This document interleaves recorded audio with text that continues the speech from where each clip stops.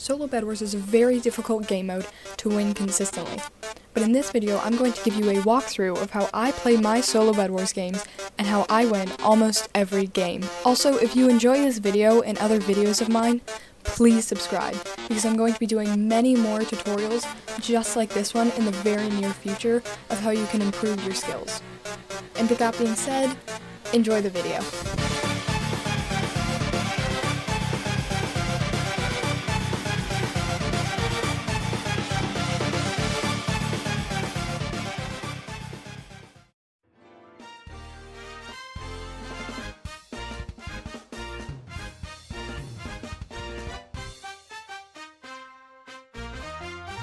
Now, one of the first things to look at before you even start a game is what map you're playing on. So it's really important to select a map that is good for your playstyle. Now, I realize not everybody has map selector, and you can only use map selector if you have MVP plus or higher. So here are some Bedwars commands that'll help you, and you can just kind of roll through Bedwars maps and see which one is really good for your playstyle. But anyways, if you have more of a slower playstyle and you don't really like to rush people, you kind of just like to stay at your base, that might not be the most effective for winning, but some good maps for you probably include Cascade, Cliffside, probably Ominosity, which is what it's called right now, but there's actually Korgrum, probably Babylon as well, and maybe Amazon. Probably anything that is bigger, is faster iron, and has easy access to mid. Probably Pernicious as well, but you do have to keep in mind that does have a lot of sweats.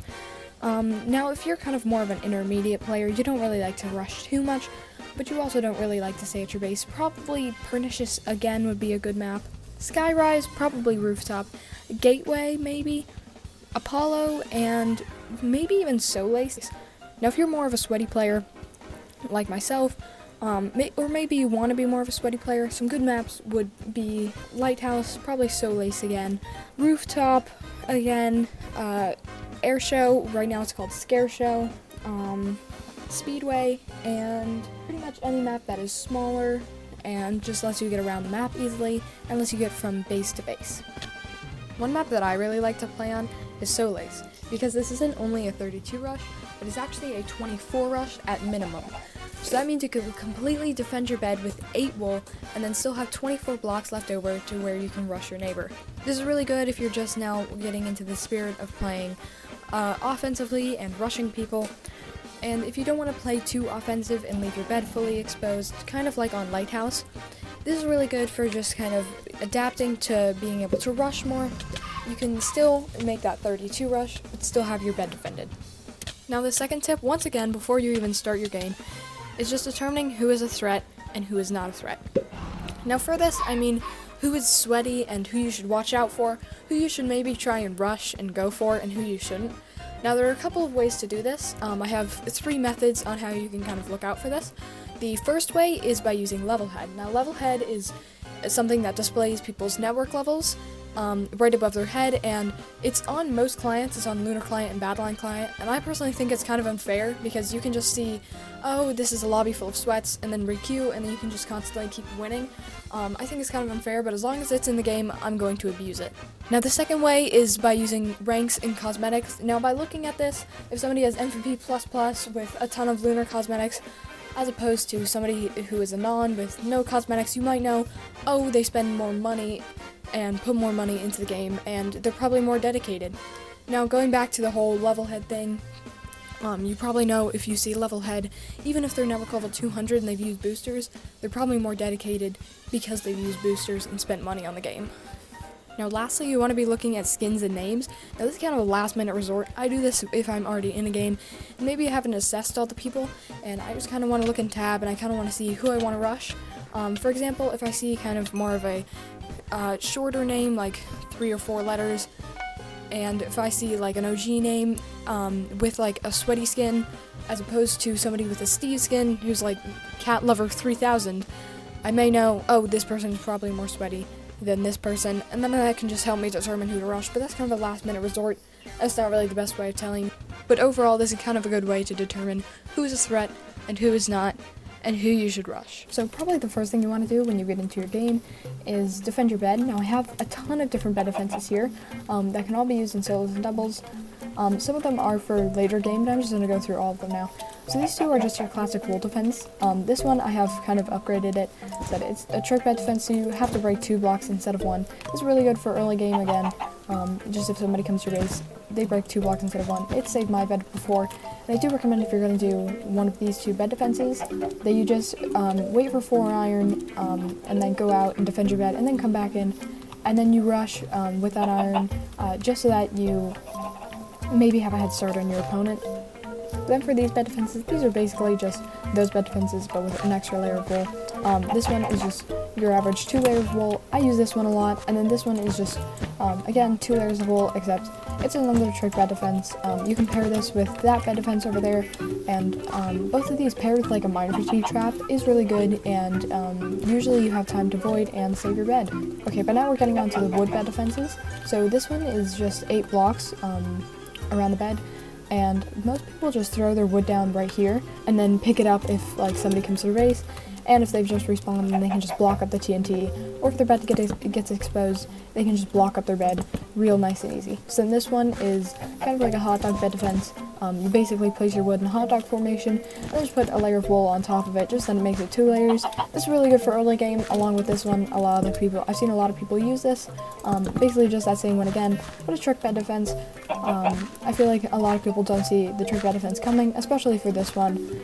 Now this, again, you can use this for a trick bed defense if you would like, but this is the turtle bed defense. This is kind of a different way to place your wood down, and it's just kind of in a different pattern. You can see there's 8 blocks at the bottom, and then 2 on each side, 1 each in the front and back, and 2 on top. Again, just a different pattern. It doesn't really matter which one you do. They're both just as effective, but I think this one is the most effective wood bed defense. I don't see too many people use it though, I think because it's considered toxic. This basically, you can see there's 8 blocks of wood on the bottom, and then there's 8 blocks of wood on the top again, and then this just prevents from TNTs falling on it. So basically if a TNT falls here, it could blow up like this top layer and maybe some of the wool around it, but it won't actually expose the bed. Especially if you want to play more defensive, this is a great bed defense to use. You just have to keep in mind, if somebody drops a TNT like right here, your bed will blow up normally. Okay, but now we move on to the more expensive bed defenses. This one is mostly used in 3s and 4s. You can use it in solos and doubles though. But basically it's just your end stone and 8 blocks around the bed, but then just 2 on each side, kind of in a butterfly pattern, hence the name. The butterfly defense, and then you just place normally a layer of glass on top, depending on the speed of the iron gen. You can also place wool, but then maybe for a 3rd layer, if you would like, you could do like wood or even clay. Whatever your preference is, you can make this a 3-layer bed defense. Now this one, you've probably been thinking this is just another wood bed defense, but this is actually an obsidian bed defense. This is just better as opposed to like making it all wool.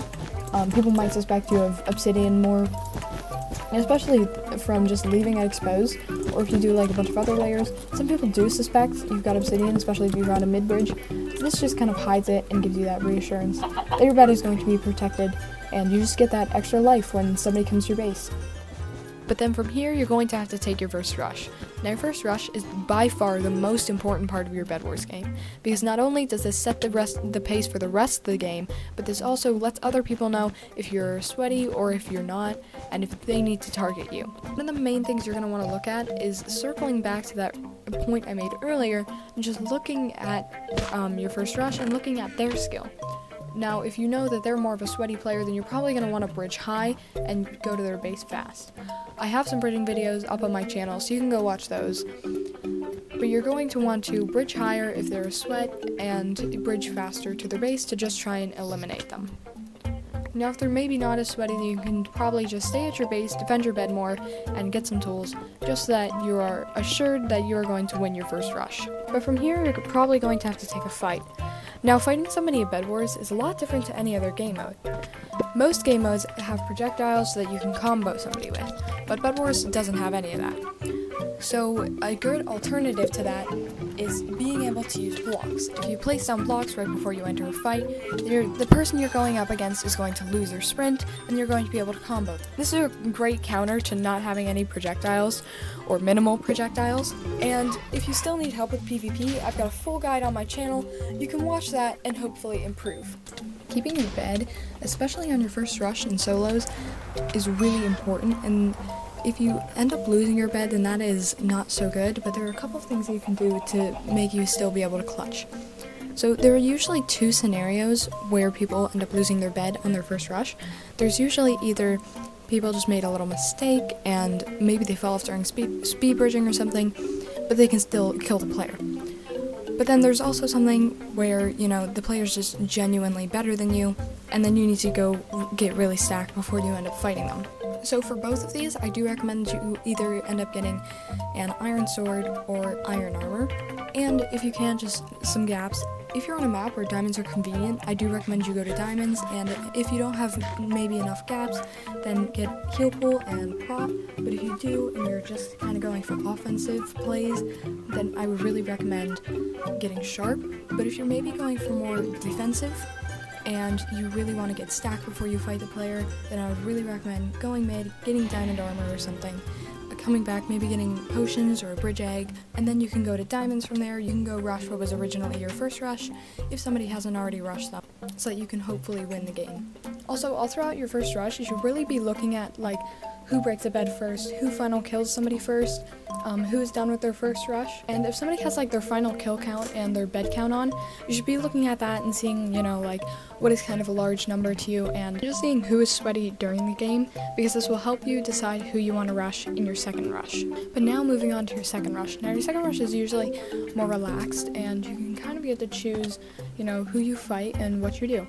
So there's usually two ways that you can go, and you're going to want to rush the person that is done with their first rush, or that has finished their first rush. This is just because you don't want to rush the people that are still fighting, and then have the person that is done with their first rush you because they don't have anyone else to rush. Although, if both sides are still fighting, you're going to want to either wait it out and see who finishes first, or if somebody is really sweaty and you know that person is really sweaty, then you can go for the side that that person is on. So the things that you really want to be focusing during your second rush is diamond upgrades, which is sharp the first or maybe even the second level of prot, and especially getting a trap and having a trap all throughout your second rush and all throughout the rest of the game. And the best trap to buy is by far Miner Fatigue. Now you also really want to be focusing just saving your resources for late game, because you want to save your resources so that you can be more stacked for when you fight the last person or the last two people. And probably one of the biggest tips for your second rush is you just want to get this rush over with quick, so that you can rush the last person or the last two people without somebody coming for you and without getting double rushed. And if you do end up getting double rushed during your second rush, then you want to just ditch your bed and go mid, and then get stacked and then come back and pick off one of the people so that you can go for the other one and then win the game. But now it's down to you in your last rush. Now, during your last rush, there's either two people left or there's one person left. So if there's two people left, then it's pretty easy. Usually they're kind of weak because they're still fighting and they haven't got as much time to get as much gear as you have. So if there's two people left, then I would recommend you just gear up. And if they're not already done with that rush, then just go ahead and you can probably just kill them. But if it's one person left, then that's a bit of a different story. It comes down to a lot more gear than it does skill in this last rush. And you're probably going to want to really be focusing on maybe cutting through mid to get M's when you can, really leveling up your prot to get prot 3 if you can, which is why getting prot 1 or prot 2 earlier game is so important. Also going around to all the bases and maybe getting a ton of fireballs, gaps, and maybe even a KB stick if you know they've got a lot of gear. Just really focusing your gear during this point of the game is really important, and that's why I think it's important to save your resources during earlier game. Also, if it comes down to a bed loss or a bed trade in this point in the game, you're going to want to, like normal, go mid, get M's, and get stacked. Although the only difference is, you're going to want to know where they are 100% of the time. You cannot lose sight of them because there's nobody else that can go and kill them. You can be the only person that can kill them at this point in the game because you're the only other player left. So probably just buying a tracker with your M's is a really good purchase. And like normal, just getting more diamonds and going around to bases, collecting their gens, and just using those to get even more stacked. From here, you're just a 1v1 away from winning or losing the game. And as long as you play it smart, then you should be able to get the victory.